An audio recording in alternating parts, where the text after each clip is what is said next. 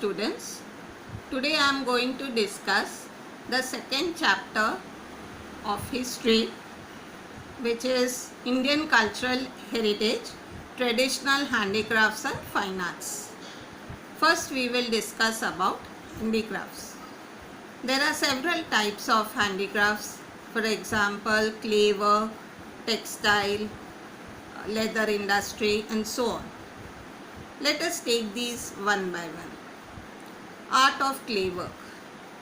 Man and clay have been closely associated since ancient times. If you think of the olden days when they did not have metals and such, everything used to be made out of clay. There were clay pots. Some of these were used to hold water. Some of these were used to store grains. In the olden days, people even buried dead bodies in huge clay urns. They even had clay lamps. We have these diyas nowadays. Okay, these are traditional clay lamps. Stoves were also made of clay. In the villages, we still have them. Vessels were also made of clay, and toys. If you think of the Harappan civilization, then they have found the clay cart after excavation. So even toys were made out of clay.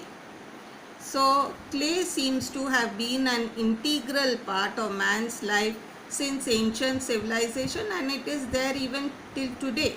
Even today we use clay vessels to make curd or to make certain kinds of food items like bajra, the rotla.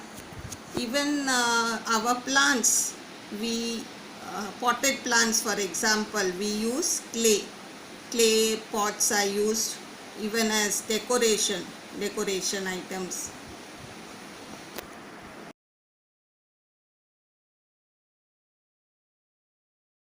The second type of handicraft is art of weaving and embroidery. Now before cloth is actually woven, the threads have to be spun. So the art of making long threads using small pieces of cotton from cotton balls is the art of spinning. So we have several spinning and weaving mills where initially the threads are spun and later on the cloth is woven. Now what is weaving? If you look at cloth, there are crisscross threads. Some threads are horizontal and some are vertical. So they are known as the warp and the weft. Initially the vertical threads are woven, and then it becomes easy for the horizontal threads to be woven. If we looked at ik, which literally means tie, in the Malay language it means bind. It is a dyeing technique used to pattern textile where the yarns are dyed before weaving the fabric. Later on all the bindings are removed and the yarns are woven into cloth. When the yarns are made and woven into cloth, they are actually a dull grey color. So initially they are bleached white and then the patterns are printed. That is one method. But sometimes the pattern is woven with the cloth. So in such cases, the yarns are first dyed and then the pattern is woven into the fabric. So we have several Indian textiles. Pochampalli is there and Patola, both use this technique. If you think of Bandhani of Rajasthan, that also uses tie and dye method. But the only difference between Bandhani and Patola is that in Bandhani the tie and dye method is done after the cloth is woven. So after the white cloth is woven, then portions of the cloth are tied up and then put in different colored dyes. Then the bindings are removed and you get the pattern. There are several other textiles like Kanjivaram saris or Banarasi saris where gold threads are woven with the other threads in order to create lovely gold and silver borders. So from all this we can make out that India has a great variety of textiles which has been famous since ancient times. One thing that comes to mind is muslin. If you recollect, India was very famous for muslin since ancient times. It is a very fine cloth and it is believed that it could pass through a small ring. The cloth was so fine. Other weaving aspects can be seen in the carpet industry. India makes hand woven carpets. These are especially woven in North India where lovely designs are made through weaving silk carpets or cotton carpets.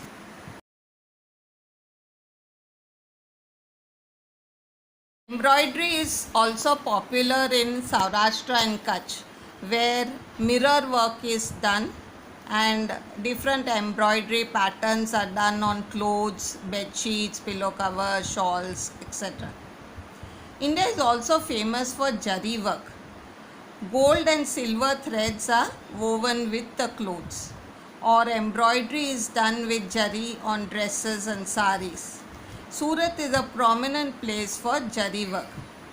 So India has a unique place in the textile industry because of the variety and textures of textiles. Leather industry is another famous industry of India. Skin of dead animals is processed to make leather. So leather is used to make different items which we use in daily life like bags, belts, footwear, wallets, etc. Even musical instruments which use animal hides like drum, dholak, tabla. Leather shields were used by the soldiers during war in ancient times. So you can see that leather has a prominent place in India, and Kanpur is known for the leather industry, the tanning industry. Yet another ancient traditional handcraft is diamond beadwork and enamel work. Since ancient times, trade of diamonds and beads was carried out by sea route. If you recollect the Harappan civilization, there used to be a bead factory. Diamonds, rubies, beads, emeralds, topaz, all these are precious stones. They were used to adorn the thrones and crowns of kings. Two very prominent and famous diamonds come to mind. One is the Kohinoor and the other is the Great Mughal, were originally from India. Gujarat is especially famous for beadwork. We can see this kind of traditional handicraft if we go to the houses in the old city area of Ahmedabad. You can see torans, decorative wall pieces, all these are made from beads. Enamel work, which is the artistic skill of inlaying bright colors like red, green and blue in gold and silver ornaments like rings, bangles, earrings, chains, etc. That is also very famous in West India.